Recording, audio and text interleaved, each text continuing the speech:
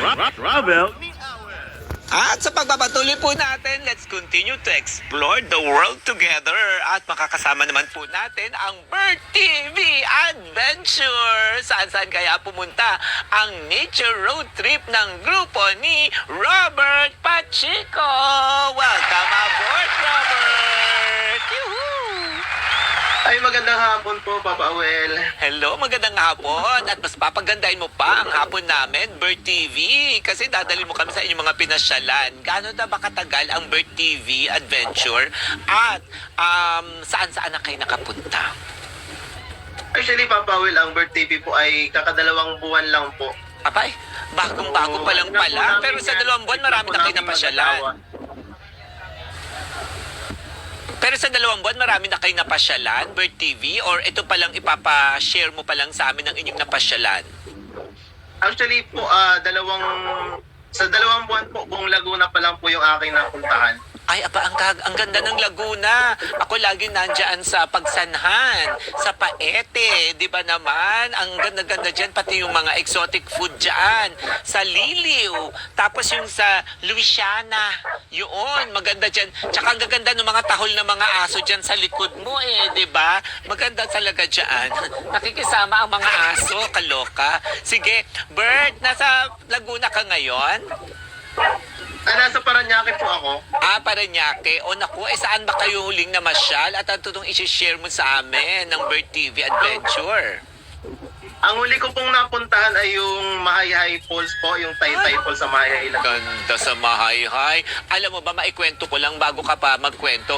May falls dyan sa Mahayhay, di ba? At bago ka pa makarating doon, ang ganda ng mga zigzag dyan. Tapos na eksaktuan naman, dahil galing ako ng show, pumunta ako dyan gabi.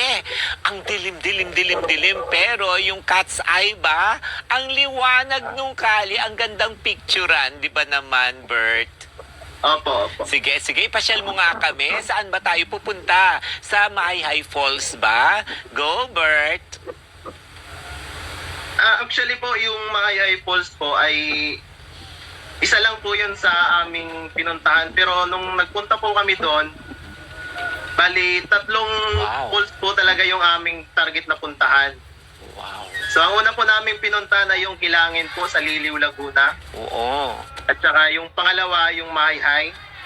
Yun nga po yung Taytay Falls. At ang pangatlo, yun po yung Dalitiwan Resort. So yung Kilangin Falls po yung inuna namin kasi meron siyang hiking. So medyo mahabang oras po yung aming nagugol doon. Oo. And after doon, saka po kami dumiretso ng Taytay Falls sa Mahayhay. Yun. Bali, day tour lang ba ito? Yung 3 falls na lugar na pupuntahan nyo o hindi nyo napuntahan yung dulo? Kasi nga, day tour lang. Araw nyo lang to napuntahan. Lahat bang 3 napuntahan ninyo? Opo, magkakatabi lang halos po yan. Halos mga, hindi abot po ng 1 oras yung biyahe. Sige, ganito. Saan tayo nagsimula, ipasyal mo kami virtually para ay ang linaw ng tubig. Napuputol talaga yung concentration ko pag nakakakita ko ng magandang mga lugar. Parang tamang-tama dito kaya ata nag-trekking, nag-hiking, tapos di ba ang init-init, pawis na pawis ka, biglang lulublob ka sa ganyan napakalinaw na falls. Yes. Kwento mo nga sa amin, pag pupunta kami ng Laguna, kasi pwede mga taga Metro Manila, by land lang, saan kami magsisimula, tapos ano-ano yung patutunguhan, dahil sinabi mo magkakadikit lang, ang ganda naman itong hanging bridge ba to? Ay, hindi. Kalye, kwento mo nga sa amin, Bert. Nung kami po ay pumunta dyan sa Taytay Falls, ang una mo talaga naming target na puntahan ay yung Kilangin Falls. Which is yung Kilangin Falls po ay meron siyang trekking na halos 30 minutes po mula dun sa pinaka. So ang aming lang dito, ang aming guide ay Google Map lang po. Ba? So, Yung, maganda signal, ibig sabihin. Hanggang dito sa hanging bridge na nilakad nyo tong hanging bridge na yan? Sa Antipolo po yan Antipolo ba yan? Opo, sa Cloud9 po yan, sir. Ba't napunta yan dyan? Kaloka. Akala ko naman doon yan. Hinanap ko tuloy. Akala ko doon.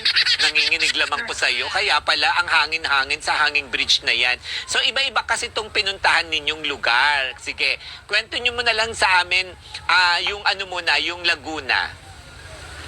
Yung Kilangin po, Falls po talaga, yun po yung isa sa nakaka-amaze na lugar na napuntahan namin. Kasi talagang napakaganda, sobrang ganda po. Bali po, galing kami ng Parañaque, so nag-Google Map lang po kami. Ang biyahe po namin ay umabot ng halos 3 oras. So medyo yung Kilangin Falls po kasi ay medyo meron siyang ibang pangalan na tawag dito. Dalawa kasi po yung pangalan niya, Kilangin Falls at saka Bukal Falls. Okay. Pagka Bukal Falls po yung sinearch nyo sa Google, doon po kayo dadalhin sa Bukal Laguna. At iba din po yung daanan niya sa trike. Pero pag Kilangin Falls po, doon mismo kayo dadalhin sa pinaka-registration ng Kilangin. So which is yung daan po doon ay napakaganda na rin po. Totoo. Naku naman. O bukod dyan, syempre Laguna. Dito pala, pumunta rin kayo dito sa Cloud. Actually, hindi pa ako nakakapunta dyan sa Cloud9 na yan, sa Antipolo. Pero dadaan pala tayo sa Hanging Bridge. Kasi ang trip ng Bird TV Adventure ay mga nature, iba-iba, no? So bukod dun sa mga Opo. falls, saan pa kayo pumunta? Meron lang po kaming babalikan siguro itong mga susunod na linggo. Sa Tanay naman po. Oo. So medyo marami-rami din pong pwedeng puntahan doon. Tsaka, sige, yung mga pinupuntahan nyo na yan, puro DIY kayo dyan, di ba? Kasi hindi naman kayo gumagamit ng mga package tour, mga tour guide. You're on your own. Opo. DIY lang po yung aming ginagawa. Mas tipid, di Pero yung ba? sa mga falls po, meron po siyang tour guide po dyan. Oo. Dito may nagtanong, doon po sa pinakita mong falls, malapit din ba daw yan sa Pagsanhan Falls? Although alam ko yung sagot, ikaw ang sumagot niyan. Ang alin po doon yung sa... Yung Mahayhay Falls, maganda po ba daw po yan? Tinatanong po to ni Roswenia Gonzalez, ang Mama Sharon ng ILMF. Ang Pagsanan Falls po ay medyo malayo po siya sa Taytay Falls, sa Mahayhay. Ang medyo malapit po dyan ay yung Hulugan Falls po sa Louisiana. Ayun. Maganda rin dyan, maikwento ko lang, kung pupunta kayo sa Hulugan Falls sa Luciana, pagdaan yung Luciana, marami kayong makikita dyan ng mga ginagawang mga bayong, gawa doon sa pandan leaves. Kasi di ba maraming pandan na halaman dyan na tanim? Opo, at saka bibingka po, masarap po yung bibingka nila dyan. Yung bibingka nila dyan, ikaw ang magbida kasi talagang favorite ko. Yung bibingka dyan, yung gawa doon sa buko, Yung po, Bigas. actually sa gilid lang po ng kalsada, marami pong nagtitinda. yon.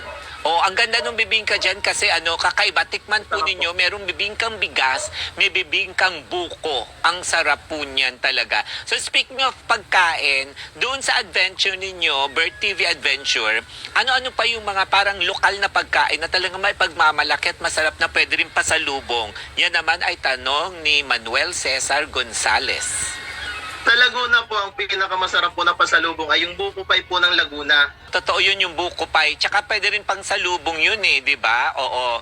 Pero nadaan ba kayo dun sa may El Mare? Masarap yung buko pie ng El Mare. Tsaka lahat na ng mga pasalubong na may mga iba pa silang pagkain dyan sa Laguna. Sa may San Pablo naman yan, kendingan ninyo. Opo. Masarap din yan. So, Masarap Bert, po yun po. ano ang may papayo mo sa mga adventurists din na gaya ninyo sa tuwing babiyahe? Ano ba mga tips na ibibigay mo? Pwede ba din bumiyahe ng solo, double, couple, barkada, family? Ano mga pwede mong ibahagi sa aming tips? Sa akin po, ang pinaka suggest ko lang, lalo po doon sa mga riders lang po, madalas ay solo, di kaya dalawa lang kasama po yung angkas. Ang una-una pong gagawin ay aralin po muna yung lugar na pupuntahan. Kasi isa po yun sa pinakamahalaga para maging ligtas po tayo. At pangalawa po, yung motor, kailangan po laging nasa kondisyon. At ang pangatlo po, yung katawan po natin dapat condition din po. Kasi yun po talaga magdadala dun sa lugar natin pupuntahan. Yes, totoo naman yan. Thank you very much. Maraming salamat sa iyo, Robert Pacheco ng Bird TV Adventure. Please promote your social media page at please tag us pag in-upload mo to kasi for 1 million subscribers na tayo sa Teleradyo Serbisyo. And please do follow me, Papa Awal Pass. Let's follow each other. Go, Bert! Una-una po, nagpapasalamat po ako sa inyo, Papa Will, dito sa pag-invite sa akin. So, ang aking page po kasi ay isang memories lang po naming mag-asawa yan. So, nag-workout lang siya. Kaya medyo dumadami yung followers. Pero maraming salamat po. At marami pa po ako pupuntahan. So, pakipollow po yung aking page, yung Bert TV Adventure. Yun lang po, Papawel. Maraming salamat po. Thank you. Maraming salamat. Robert Pacheco at yung wife niya nakasama niyo dyan sa Bird TV Adventure. Natuwa din sa'yo si Hoo S. At si Mama Emma na laging nanonood ngayon.